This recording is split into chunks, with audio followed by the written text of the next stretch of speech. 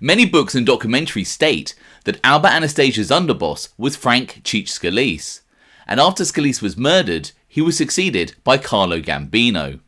However, there are sources that indicate that a mysterious mobster by the name of Salvatore Kiri also served as underboss to the Lord High Executioner and was an important and influential figure. Let's check him out.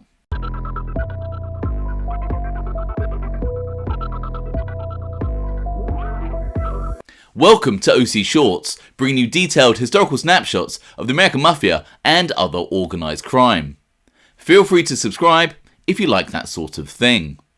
Today, we're going to take a quick look at the mysterious Anastasia underboss, Salvatore Kiri. Throughout the 1950s, we are often told that Albert Anastasia's underbosses were Frank Scalise and then Carlo Gambino. But sources state that things weren't that straightforward, and that a mobster by the name of Salvatore Kiri also held that position for the Lord High Executioner. So, what do we know about him? Born in Palermo, Sicily on the 9th of August 1888, Salvatore Kiri emigrated to the United States under the name Salvatore Chirico. Although Palermo birth records state that he was born with the last name Kiri. Salvatore Charles Kiri, also known by the names Charles Kiri, Charles Cluco, and in some sources Toto Kiri and Toto Chirico. It is suggested that due to his Palermo roots, he was aligned with the Frank Scalise and Joseph Riccobono faction of the Toto Tequila crime family. Little is known about his early criminal years, but it appears that during the Castelmarese War, he tried not to pick sides with either Maranzno or Masseria. As stated in the following FBI file, certain members, including such rappresentante as Vincenzo Mangano, Toto Salvatore Chirico, and Joe Biondo, tried to remain neutral in the struggle between Masseria and Maranzno. But Maranzno recognised no neutral position. It appears that Kiri had residences in the Bronx and New Jersey, where he lived at 2 Bridal Way, Palisades.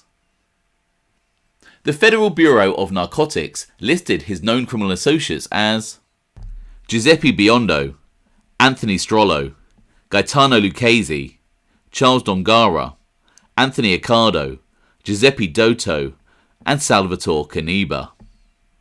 So, how did Salvatore Kiri's name become associated with being Albert Anastasia's underboss?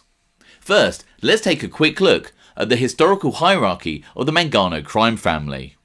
When Vincent Mangano became boss of what is now known as the Gambino family, Mangano appointed Albert Anastasia as his underboss, and Joe Biondo as his consigliere, despite some suggestions that Mangano's brother Philip was actually consigliere. By the time, or just after, Vincent Mangano was murdered, it appears that Joe Biondo was demoted and Anastasia had Frank Scalise initially as his consigliere. Frank Scalise as Albert Anastasia's consigliere is mentioned in a wiretap of Buffalo boss Stefano Magaddino, as can be seen in a transcript of one of his conversations. Later, I had to go to New York, and I figure I should drop by and see Cheech Scalise. He was a consigliere when I saw Cheech. We've known each other for years and years when we were young punks. I said to him, "Listen here, wow," I said, "you're a big man." "I never know that you was that big," I told Cheech Scalise. He said, "What are you doing, pulling my leg? What's the matter with you?" This appears to be supported by an FBI file based on information from an informant in the Anastasia family. The file reads, "A member of the Anastasia family stated that Scalise was then the consigliere or advisor, and that Salvatore Charles Kiri was underboss." Years later, other FBI files note that Salvatore Kiri was Albert Anastasia's underboss. As one such file states, Charles Kiri, former underboss for Anastasia, now lives or works near Mahwah, New Jersey, but is inactive. Joe Bonanno's son Bill Bonanno also references Kiri as being Albert Anastasia's underboss in his book, The Last Testament of Bill Bonanno. It reads, "In the 1950s, If you wanted to get a message to Albert Anastasia, you would go to the Red Devil restaurant. Albert would be sitting at the back table almost every day with his Soto Capo, Tata Carico, or perhaps with group leader Tommy Raver. Bill Bonanno also states that at a commission meeting in 1953, Frank Scalise was now underboss, which perhaps suggests that the aging Salvatore Kiri had stepped down, and that he had been Anastasia's initial underboss from 1951 to 1953. Another FBI file supports that Salvatore Kiri was close with Albert Anastasia. It states, under Anastasia's leadership, the family developed ties outside the state of New York. Salvatore Charles Kiri of New Jersey has been referred to as consigliere and oftentimes was called an underboss to Anastasio. So, what else do we know about Salvatore Kiri? He had a brother by the name of Joseph who lived in California and is not believed to have been a member of Cosa Nostra. As an FBI file states, Joseph Carl Kiri, 193 South Bernardo Avenue, Mountain View, California, a small community near San Francisco, California, is a brother of Salvatore Charles Kiri, with alias, Fort Lee, New Jersey. Joseph Carl Kiri is a retired plasterer with a cherry orchard and has no known criminal record. Despite stepping down from his position as Albert Anastasia's underboss, Salvatore Kiri was still a respected member of the family, and after Anastasia's murder, Kiri attended the infamous Appalachian meeting in 1957. As an FBI file states, Kiri stayed at the Del Motel, Binghamton on the 13th of November 1957 with a party of 3, according to Commissioner Reuter's report. The party included Joseph Riccobono, who drove up with Carmine Lombardozzi and Natalia Evola. Evola stayed at another motel. Presumably, Lombardozzi was the third party at the Del Motel. Kiri, not known to have driven up with Riccobono or Lombardozzi, although he stayed with them. In view of fact, several unknowns travelled by air, it is presumed Kiri was one of those since he lives in the vicinity of Newark, from which the airliner left for Binghamton. It is also assumed that he returned in the same fashion. It is not felt that the date of registration at the motel for a party is significant as Kiri's arrival. It is entirely possible Kiri drove himself from his Palisade, New Jersey home, a distance of about 160 miles over good roads. After Albert Anastasia's death, Stefano Magaddino mentions how he consulted a figure called Toto about Gambino being an interim boss until the family elected their new boss. The transcript reads, therefore, the first thing I did was to push Carlo Gambino, who was already consigliere of the Borgata. Therefore, there was Toto, Cotone, they consented, they talked to me, and that's why Carlo Gambino was appointed.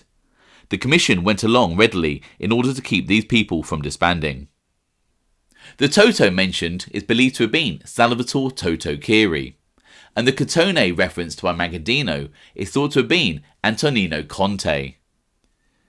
Despite the evidence to the contrary, some suggest that Salvatore Kiri was actually with the Genovese family. This is because of his relationship with Giuseppe Dotto, more commonly known as Joe Adonis. The Federal Bureau of Narcotics file on Salvatore Kiri states, attended Appalachian Mafia meeting 1957 in behalf of deported Mafia leader Joe Dotto. However, the link between Joe Adonis and Salvatore Kiri appears to have come from their business relationship, as stated in this FBI file. Kiri was in the garment manufacturing business and also an officer of Automotive Conveying Company Inc. of Mahwah, New Jersey, a firm in which Joseph Dotto, also known as Joseph Adonis, had an interest. The administration of the Anastasia family in the 1950s is confusing and open for debate. For example, Stefano Magaddino states that Carlo Gambino was consigliere at the time of Anastasia's murder, and not underboss. As seen in the following transcript of a conversation involving Magaddino, where he talks about Carlo Gambino becoming boss. Carlo Gambino was made because he was consigliere. He was pushed because he was familiar with everything. He knew the situation. That's what happened.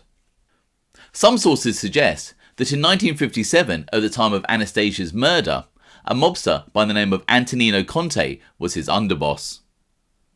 Nino Conte was the father of future Gambino family powerhouse Pasquale Conte. It can therefore be speculated that the hierarchy of the Anastasia family throughout the 1950s went as follows. Albert Anastasia, boss, 1951 to 1957. Salvatore Charles Kiri, underboss, 1951 to 1953.